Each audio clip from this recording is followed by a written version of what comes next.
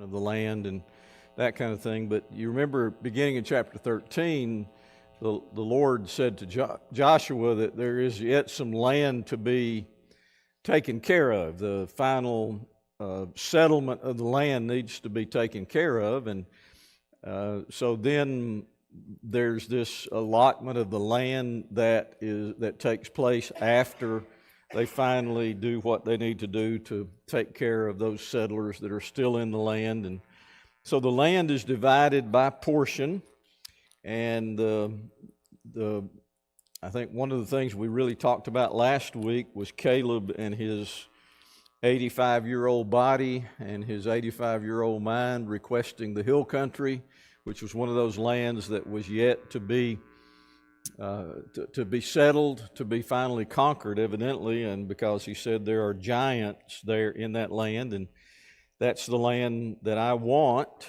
And Caleb wholly followed the Lord, and the demonstration of that faithfulness and the faith that Caleb had was the same kind of faith that he had the first time around when he was one of those 12 spies that was sent into the land of Canaan when that generation was unfaithful.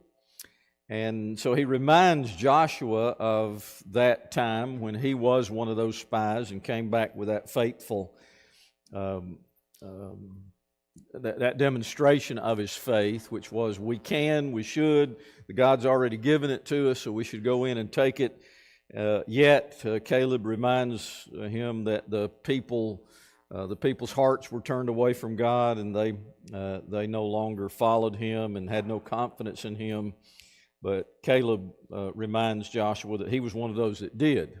He wants that hill country.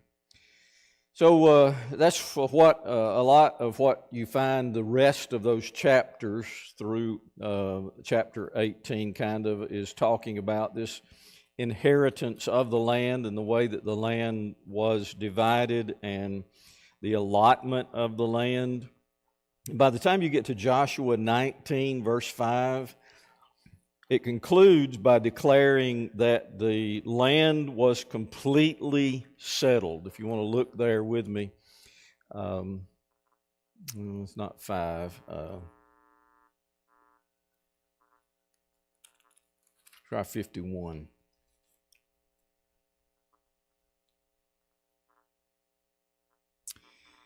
These are the inheritances that Eliezer the priest and Joshua the son of Nun and the heads of the fathers' houses of the tribes of the people of Israel distributed by lot at Shiloh before the Lord at the entrance of the tent of meeting. So they finished dividing the land. So that's the last verse of chapter 19.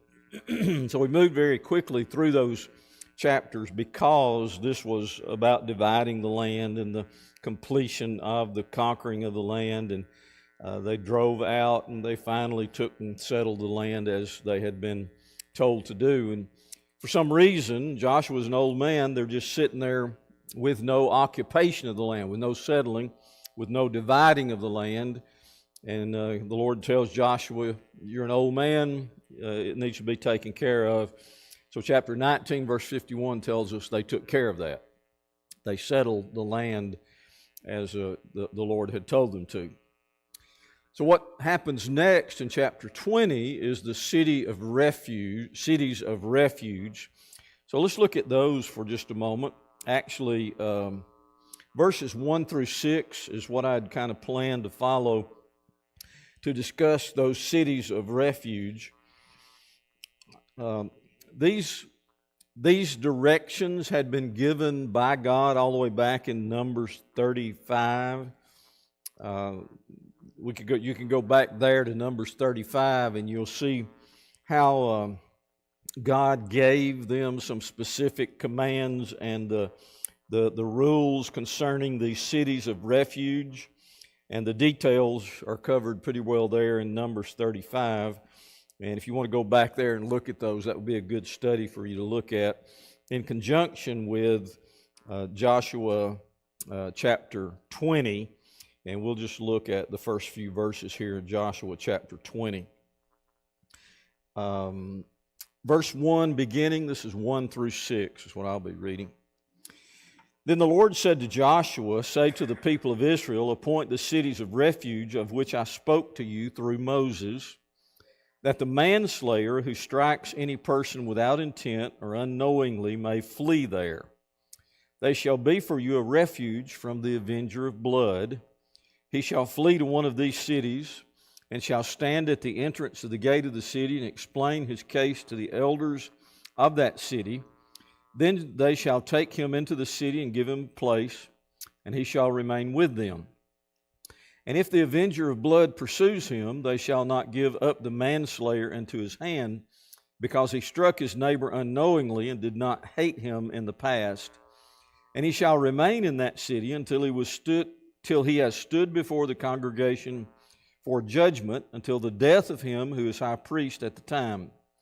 Then the manslayer may return to his own town and his own home, to the town from which he fled. And then verse 7 talks about those cities that they set aside, and there's further description beginning in verse 9.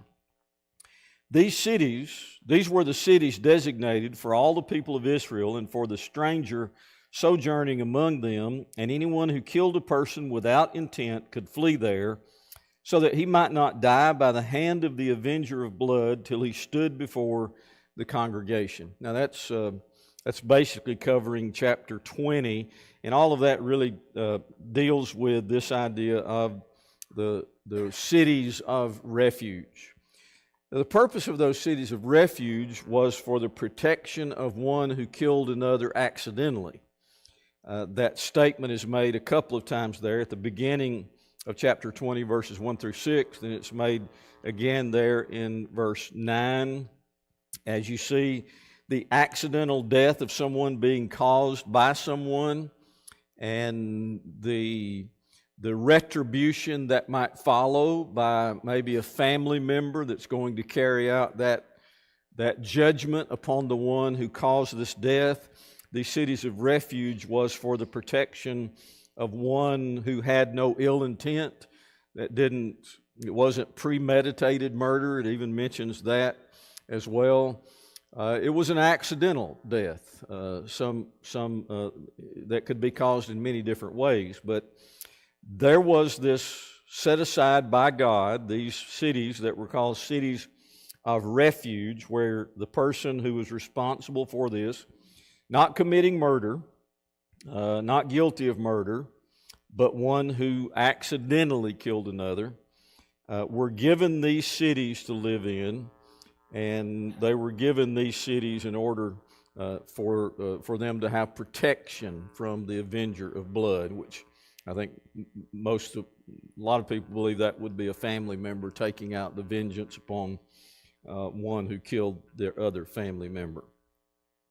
Maybe some observations you have, or maybe some comments about this idea of the cities of refuge.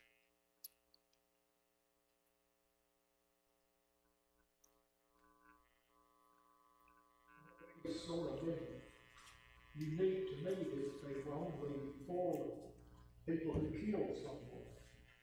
Right. Not like our cities today. Right, yeah. There was someone who did not break the law. They're not, yeah. So the whole idea of a city of refuge, biblically speaking, was for an innocent person, right? For sure, yeah.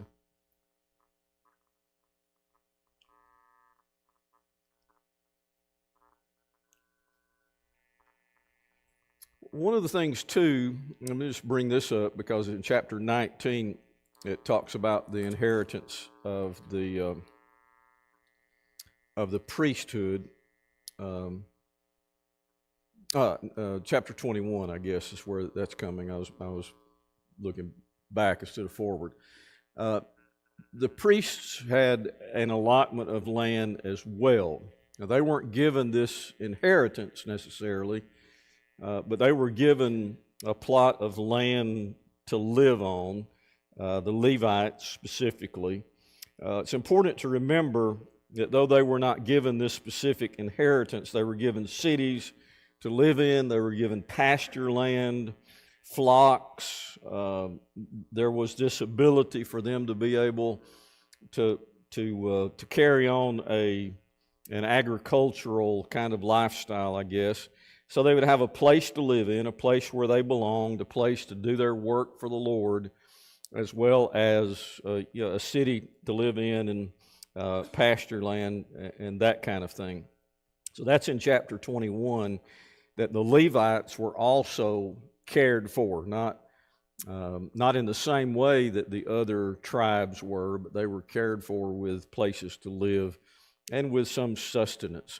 Now, remember that the Levites would be cared for by the offerings that were brought by the people. And those offerings oftentimes would be barley and oil and wine and those kind of things. And so they would be cared for mostly by those. It wasn't like they necessarily had to plant their own crops 100% to care for themselves. All right, anything else concerning these allotments? Remember, 17, 18, 19, we pulled the allotment of the land of the people, the cities of refuge. Then you have this allotment for the Levites here in chapter 21. Any comments further?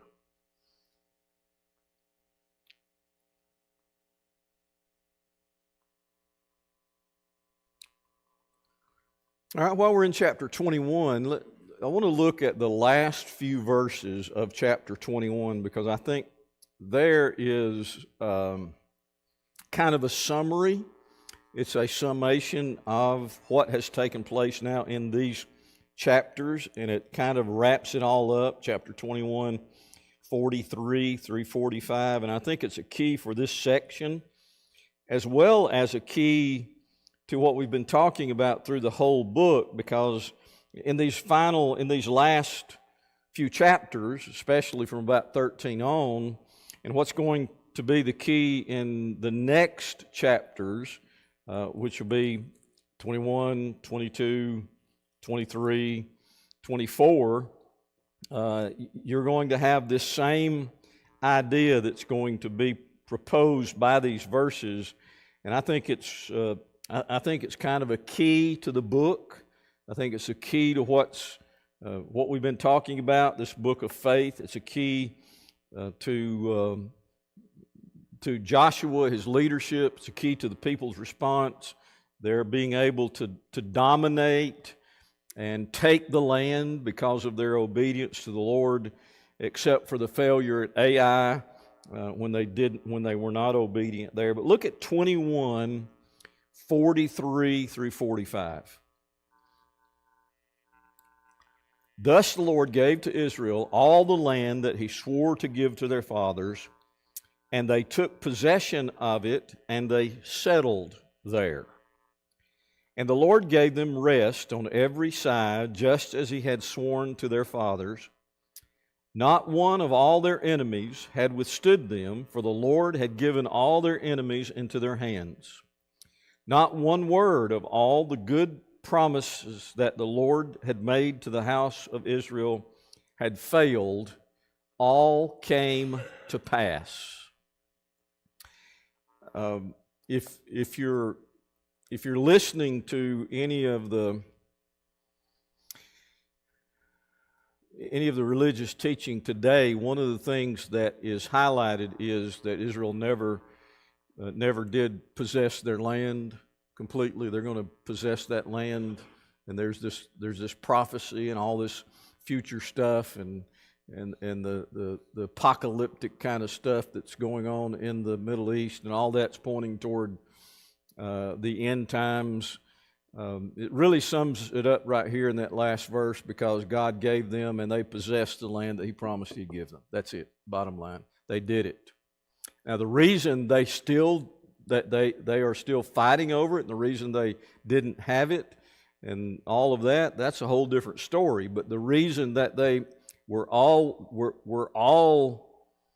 thrown out of that land was because of disobedience in the beginning. So this is your land, It's yours forever. The caveat is, when you disobey me, you're going to lose this blessing. This is a great blessing. When you disobey me, you're going to lose this blessing. So don't believe the false doctrine that they never did possess it, or that they are still trying to possess that promise that God gave them back here, and they're still trying to fulfill that promise. That promise was fulfilled, and that verse says it exactly right there. The beginning, he's going to do all this. Then he details it. It's not just says, I did it, or I'm going to do it. We have to read about it. I mean, we read every single thing that he promised he did, and it came to pass. I mean, that's what all those other chapters are about. It's detail. Exactly. It's like a detailed plan. It's like a detailed fight. Here it is. And that's what, it's all there. Yeah. It's all there in black and white. Yeah, great observation. John's observation is about all of the details that God went into to provide the promises that they would be given, or that they were given, and that he would fulfill. And we have it in black and white to read the details of how God fulfilled all of those promises. And it's not just in the book of Joshua, but here in Joshua you do have some very specific fulfillments of those promises, and that is every one of those tribes getting that land and settling that land, and ultimately fulfilling the promises of God, because all their enemies had been given into their hands. The Lord did just as he said he would. As he promised them their inheritance, he's promised us an inheritance, and he will go through with it just like he did with this. Exactly. Yeah, an application. This as an example to know that he's going to keep his promise. Exactly. An application, what Paul says is that this is a good example to us, to prove to us that just like he fulfilled his promise to give them this promised land, he's promised us that promised land, the promise of heaven, and he's able to provide that. He's able to give that, because he showed here what he's capable of, and he's able to follow through on his promise. Happens if you're not faithful. Yeah. You don't get that inheritance. It's what happens if you disobey. Yeah, you were once knocking on the door of the promised land, but you weren't allowed to enter.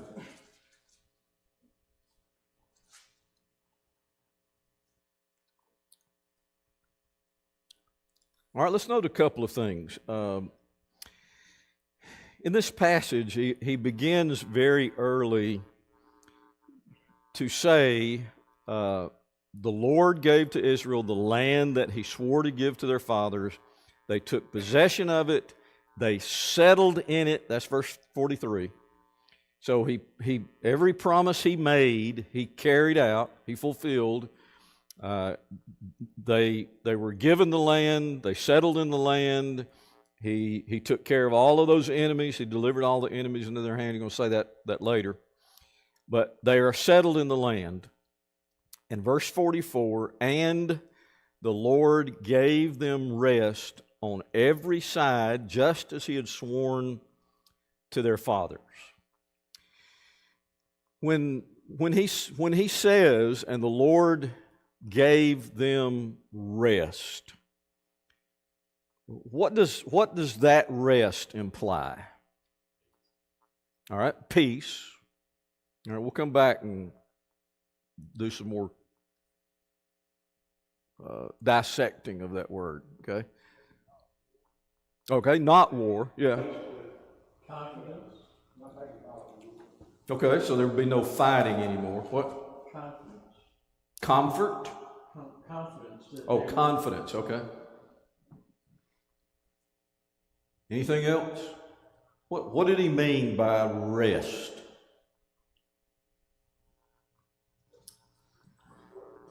No worry? Okay. With it also, there's wandering and fighting. So, yes, he gave them peace from all their neighbors and everything, but also gave them just rest. Yep. Physical rest. Okay, so physical peace, being able to. That makes sense, where he says, not one of all their enemies have withstood them. So I think it's meaning what Barry was saying. They didn't have enemies on their borders. It's not like now with the Palestinians, Hamas, and Iran, surrounding them. Mm-hmm. They didn't have that. Okay. All right. That's a great segue into, because that was where I was going, because all these things you've said are going to obviously be true of what's happening here, because it's that moment in the history of the nation of Israel when they are finally, after all of these years, able to just kind of just find that moment of peace when there's no wandering, there's no tent, there's no enemy that they've got to be worrying about on every side. There's just no real conflict that's upsetting everything. Now, peace does not always mean the absence of conflict. But I think in this situation, because of that very next sentence, one of the things that was being said here was there was actually no conflict, because God had given them their enemies, and their enemies were not camped on all four sides of the land that they had possessed, and they didn't have to continually be on guard and always on edge because of the enemies. And it had been that way for so long, which gives you the ability to sit in your rocking chair for a minute. And it gives you the confidence, because this God that we serve, that just gave us this land, has assured us that we're going to stay on this land. So there's that confidence and that steadfastness of relationship with God, I think, it's kind of brought in as these verses begin to explain. God did everything He said He was going to do, and they're settled into their territories. Everybody's been given their place, given their plot of land, and now each one of these tribes is able now to settle in and begin establishing themselves in this new place. Yep. That's a whole, that's not far ahead. It's not far in the future. But yes, God provided them this peace. It was a peace of mind. It was a peace of no conflict. It was a moment of realization of the God I serve being in charge. I mean, can you imagine? You've just been through all of this, and remember, every time this happens in Scripture, you have the amazing power of God illustrated, the 10 plagues, whatever it might be, and it's just not very long till the people forget that their humanity begins to show. And that's going to happen here too. But at this moment, at this point, 21:43 through 45, I'm going to mark that down as a hinge pin in the book of Joshua as being that set of verses, that little section of verses that helps us grasp what's been going on all the way through up to this time in the book of Joshua. All right, other comments, other than we kind of stopped there on verse 44. And the Lord gave them rest on every side, just as He had sworn to their fathers. Not one of all their enemies had withstood them, for the Lord had given all their enemies into their hands. Now note the last verse, verse 45. Not one word of all the good promises that the Lord had made to the house of Israel had failed. All came to pass. So there's another reinforcing statement. God did what He said He was going to do. The result of this is rest for the people. The Lord did what He said He was going to do. Let me just remind you he did everything that he said he was going to do. All right, any observations here, these last verses of chapter 21? Anything? They just obtained land, they obtained cities, farms, houses, they just moved in pretty Right. much. They weren't pioneering like, Daniel Boone. Exactly, yeah. They were just moving in. So that's a huge rest to me. Yeah, a huge advantage to already have the cities built, houses, vineyards, crops. I don't know where the crops were. I don't recollect exactly what time of the year they finished this up, but you're right. That would be a great advantage, and be able to. I'm sure it had to immediately go to work. It's not. I mean, you've got a big place like that. You can't just sit back and let it produce. It's a lot of work, but the idea of it being there and them not having to do the pioneer thing and build a log cabin to start with. Of course, in a lot of these places that they went in, God had them destroy every single thing. So they had to start all over. Right, some of them did. Some places, With yes. cattle and things like that. Right. Yeah, some of those places, like if you got the land where Jericho was, it was a shambles. You didn't have anything left there. Okay, oh boy, I got this pile of rocks. I got rocks to start building my city back. Yeah. No, we're not going to build a city there anymore. Okay, one of the things that I'm aware of, and you are too, as we read this, is that this peace, this rest, and this settlement of the land was not permanent, was it? See, we kind of discussed it and went that direction a little bit, but everything has happened that God said was going to happen, the way He said it was going to happen, and they were taught lessons, they saw the power of God, they witnessed God making the sun stand still, that they witnessed walls fall, they witnessed God's power, and they are in awe, it seems, as they enter into this great land that they've been promised by their God, that He delivered to them, and it's been divided. Joshua and those leaders divided it all out and settled the people in the land, and there is rest in the land. But nowhere does He say it's forever. And even when He does say forever and ever, the thing that's connected to that is as long as you are faithful to me. Yes. Because when they become unfaithful, God is going to bring judgment. And oftentimes that comes in the form of cursing the land. No rain, no crops, that kind of thing. Ultimately, they're going to be cast out of this land. They're going to be taken away into captivity from this land. The northern kingdom is going to be totally destroyed from this land. The southern kingdom, mostly taken away for the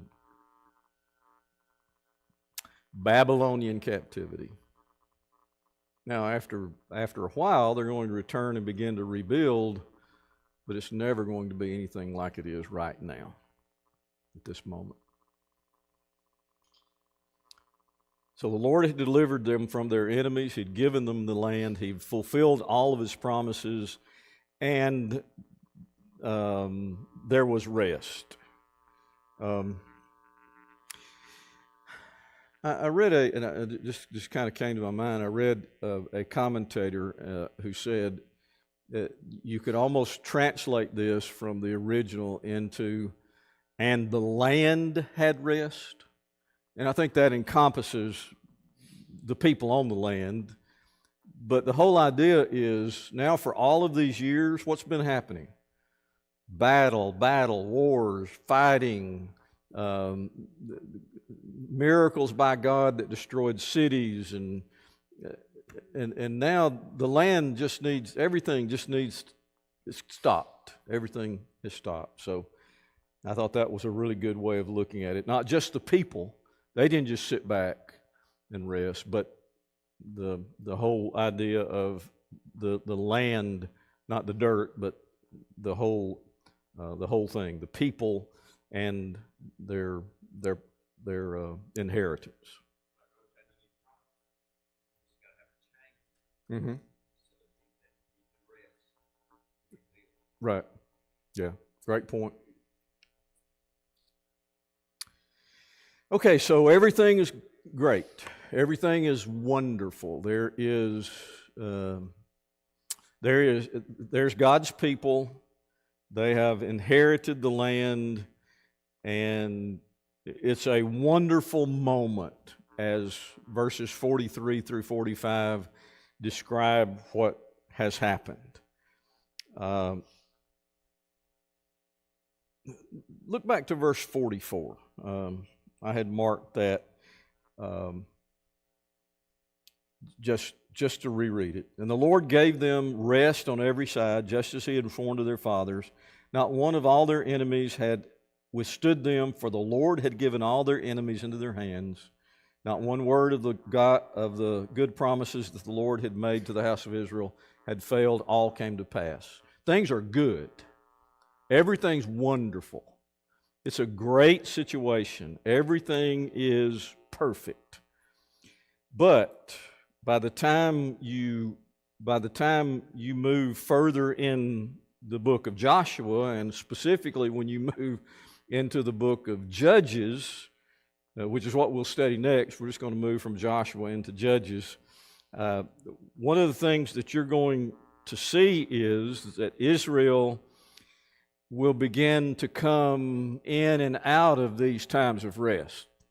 It's going to be mostly unrest instead of rest. It's going to be mostly turmoil rather than peace. And so when we get in the book of Judges, you'll see that immediately in Judges chapter 2, you're going to see where it says, I think it says 2 times there in those verses, that the people had abandoned the Lord. That's a surefire way to lose peace, surefire way to lose the rest that they had here as the land had finally been conquered and they had settled the land. So it's a wonderful time. It's an amazing time. We can't even describe and come to grips with how wonderful it really was for the people of Israel to get to this point. We finally inherited the land that God had promised us. I mean, can you put yourself in the Israelite shoes? And can you put yourself back there after having been a part of this wandering now for the last 40 years, and now the Lord giving you the land through the victories over the enemies, and now finally you get to set foot on the land that you can call yours, and the Lord gave them rest. It's an amazing moment. But the people departed from the Lord.